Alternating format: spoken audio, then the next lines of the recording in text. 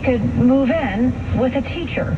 Sean Boyd joins us now to talk more on this. And Sean, she was not homeless. No, and the school district admits that those involved knew that. Yet they helped a student fill out a federal form that said she was homeless, then hid it from her parents so she could move in with a teacher. And that's just the beginning.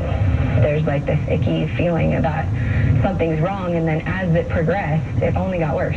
Heather McCormick says there were red flags at Columbine High School long before the school district hired investigators who found teacher Leanne Carney had been grooming a female student. McCormick is friends with that student's mother. And there wasn't one person who stood up and was like, something doesn't seem right, and reached out to the parents. Instead, school emails obtained through an open records request show counselors purposefully kept the parents in the dark while they helped their daughter fill out a federal form declaring herself homeless so she could move in with a teacher. I think it's really scary that we can take teenagers or children of any age and just say, whatever you say is truth, we're not going to investigate it. We're going to take big steps to declare you homeless without notifying your family. Investigators say Principal Scott Christie also knew about the girl's plans and didn't tell her parents. McCormick says the mom stumbled upon the homeless document while cleaning her daughter's room and later found a letter describing her daughter kissing Carney along with thousands of calls and texts between the two.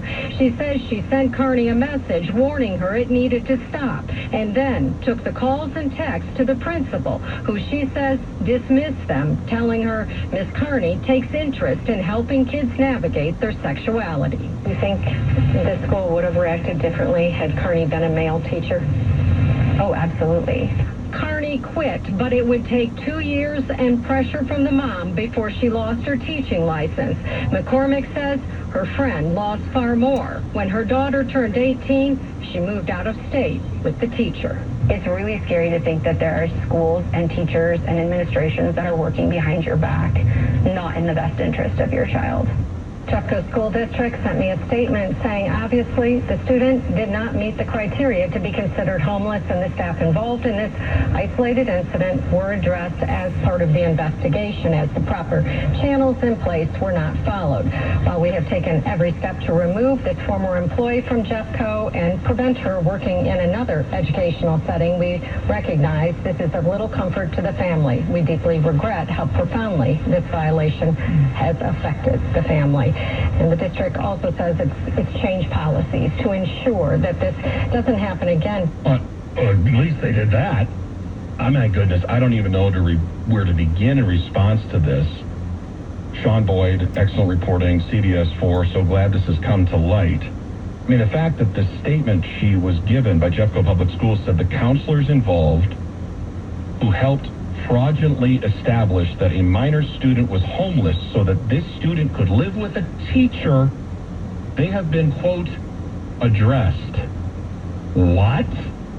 One, not good enough, obviously. Two, whoa, how has this not been made public by the school, getting out in front of it, owning the story, addressing the parents, reassuring them, no, that has not happened, and you'll hear more in just a moment from Mary Parker, the Jeffco School Board president. But this from my good friend George Brockler, who's the district attorney in the 23rd Judicial District, recently elected to that post. He quoted this story a couple of times. This guy knows the law. He's prosecuted lots of cases in the state of Colorado, arguably the best prosecutor in modern Colorado history. And he says the following: it would be criminal if nobody in this awful story committed a crime. Is there an investigation? Our taxpayer money paid for all the people who work to separate a daughter from her family. Teachers who prey on kids deserve incarceration. Amen to that. And he goes on. Quote, it is difficult to imagine that a crime was not committed here. I presume the prosecutors at the first judicial field office are looking at sexual assault on a child by a person in a position of trust charges. Heads up, teachers. Our kids are not in school to arouse you. Let's get an immediate response from Lindsay Datko. She's the founder of Jeffco Kids First, a parent in the Jefferson County Public School District. and she has taken this story and helped it go national. It's so important. Lindsay, thank you for your time. Thanks for joining us here today on KOA. Thank you, Ryan. I've been entrusted with this information and investigation. I have the ability to bring transparency to it, and I see it as a responsibility on behalf of the safety of our children. Two questions that I've gotten a lot from both listeners and my fellow coworkers here. One, how did the parents react when the student was no longer living with them, claiming to be homeless, and was cohabitating with the teacher? Were they aware of her location at that point? At that point, after she graduated, she did live with the Columbine teacher who helped her move in with her. And 7 months went by when the student had a new cell phone. The parents did not know whether their child was dead or alive. And what happened was she called the father, asking him if he would be able to help her move home. And he, of course, immediately said yes and contacted family in California.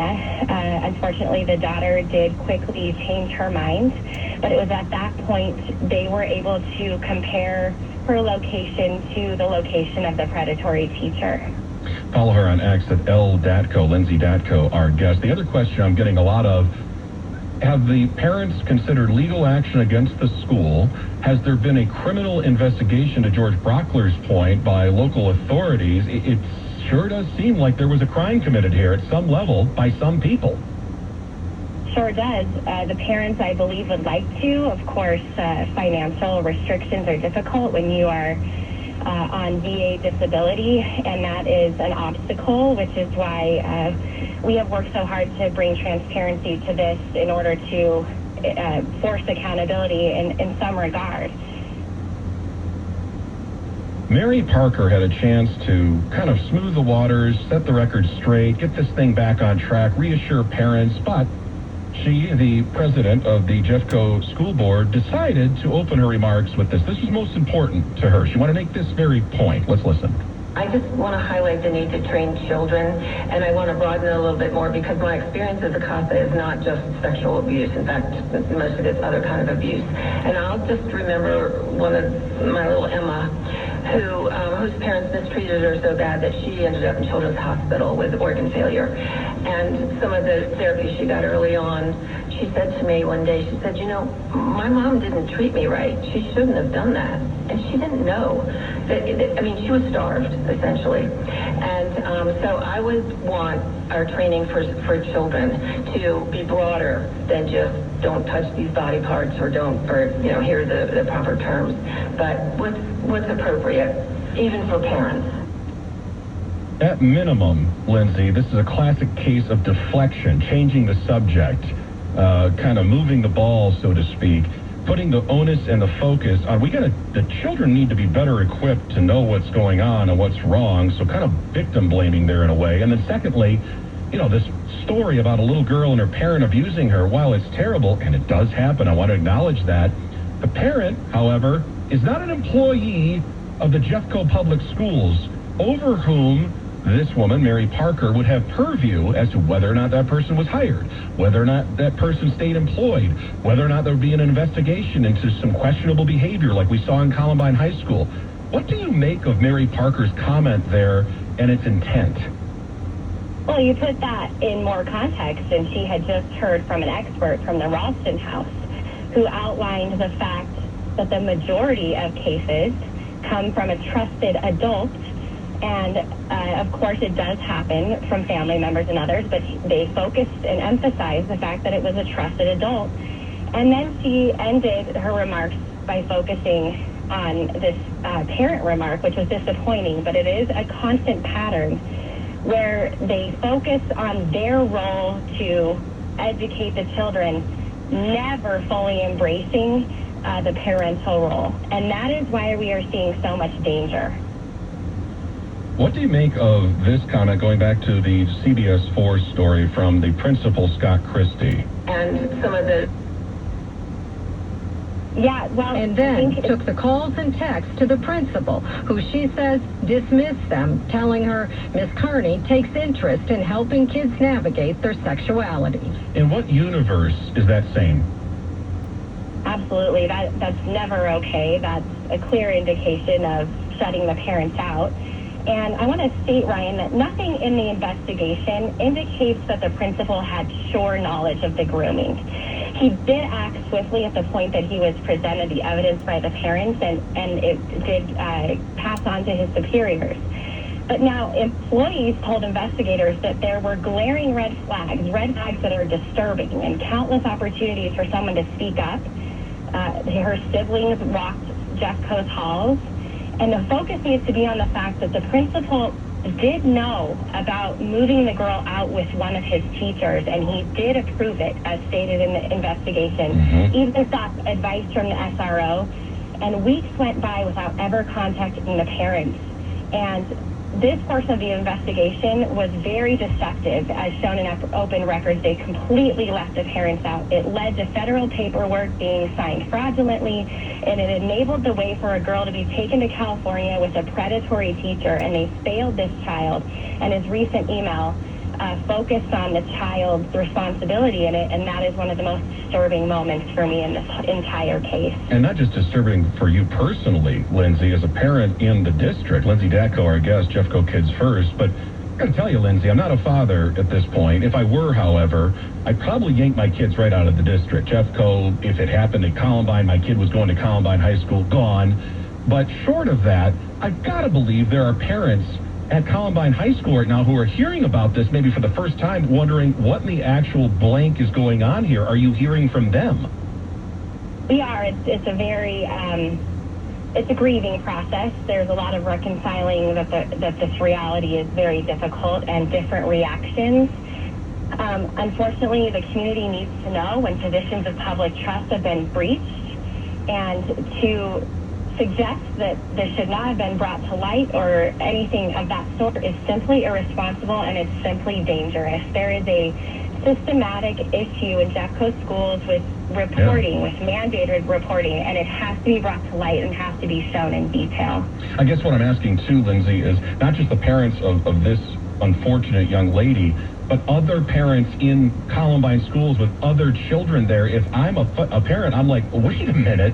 If they're going to kind of soft serve this and not really nip it in the bud and address this in a very emphatic way, I don't know if I want my kid attending that school. Have you heard from other parents in the district, in Jeffco proper, at Columbine High School? Have they reached out to you?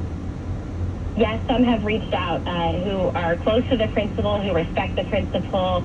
Some are twofold. They say this is horrific. They're horrified by it, but they don't want the principal touched. Others understand fully that accountability needs to be transparent here. A very mixed reaction from the parents, and I believe, Ryan, right now it's the shock of it all, and with a little time we can bring some rational response to it. Along those lines, if there are concerned parents in the district who maybe are hearing about Jeffco Kids First for the first time, hearing about this story for the first time, want to do something, want to reach out to you, want to join this effort, this cause, how can they do that? Where can they go? Yeah, please join our Facebook group at Jeffco Kids First, or see our website at jeffcokidsfirst.com. We're getting ready to offer $10,000 in scholarships, so $1,000 to 10 Jeffco students. And we'd love to have anybody join us. Various perspectives are always welcome in a civil manner that respects our organization. And she is the head of that organization, doing great work. You can follow her on X as well at L. Datko. Lindsay Datko, our guest. Lindsay, thank you so much for shining a light in these dark corners and on this story in particular. I look forward to more conversations, but it's like you told me the other day, like you look forward to coming on with me, but then again, you hate that you have to. Absolutely. It's a love-hate invitation for sure, Ryan. Thank you for doing this for us. We appreciate it. You're welcome. I get that a lot, and from Dragon as well. It's a love-hate relationship. He's like, but it's Ryan. I don't know. Thank you, Lindsay. Thank you. All right, get some text at 566.